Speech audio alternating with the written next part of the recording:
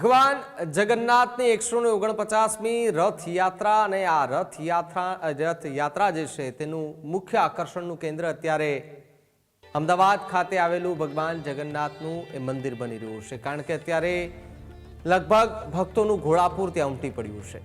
મારા સહયોગી કૃણાલ અત્યારે ત્યાં પહોંચી ચૂક્યા છે અને સીધા ત્યાંથી એ દ્રશ્યો પણ બતાવી રહ્યા છે।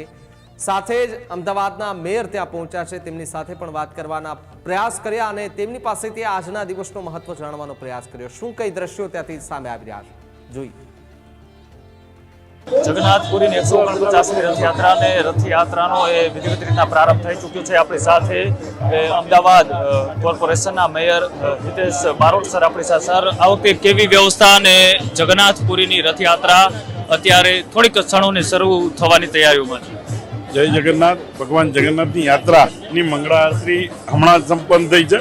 કેન્દ્રીય ગૃહ અને સહકારિતા મંત્રી દ્વારા આરતી કરવામાં આવી, એમના પરિવાર દ્વારા આ સંપૂર્ણ પરિવાર સાથે આ આરતી કરવામાં આવી છે। આવનાર સમયમાં 6:30 વાગે માન્ય મુખ્યમંત્રી દ્વારા આ પહિન વિધિ પછી નગરયાત્રાએ ભગવાન જગન્નાથ નીકળશે। સંપૂર્ણ મહાનગરની જનતાઓને ઉમળકાભેર સ્વાગત કરવા, ભગવાનને દર્શન કરવા માટે આવતી હોય છે। કોર્પોરેશન દ્વારા આ વખતે જેવા પ્રકારની અલગ વ્યવસ્થા કરવામાં આવી છે, કેમ કે આ વખતે રથયાત્રામાં અલગ અલગ એવા આયોજનો કરવામાં આવ્યા છે કે લોકો સરળતાથી દર્શન કરી શકે, લોકો નગરચર્યાએ નીકળેલા ભગવાનને માણી શકે।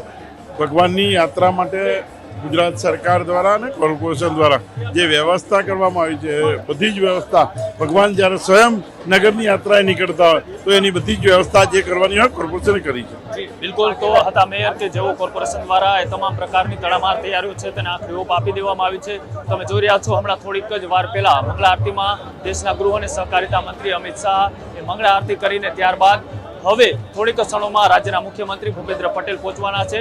કડક લોખંડી બંદોબસ્ત વચ્ચે અત્યારે રથયાત્રાનો બંદોબસ્ત છે તો ગોઠવી દેવામાં આવ્યો છે અને અંદરના તમે દ્રશ્યો જોઈ રહ્યા છો, આ નિજ મંદિરનો મુખ્ય દરવાજો છે કે ત્યાંથી આ રથયાત્રાએ પ્રસ્થાન થવાની છે।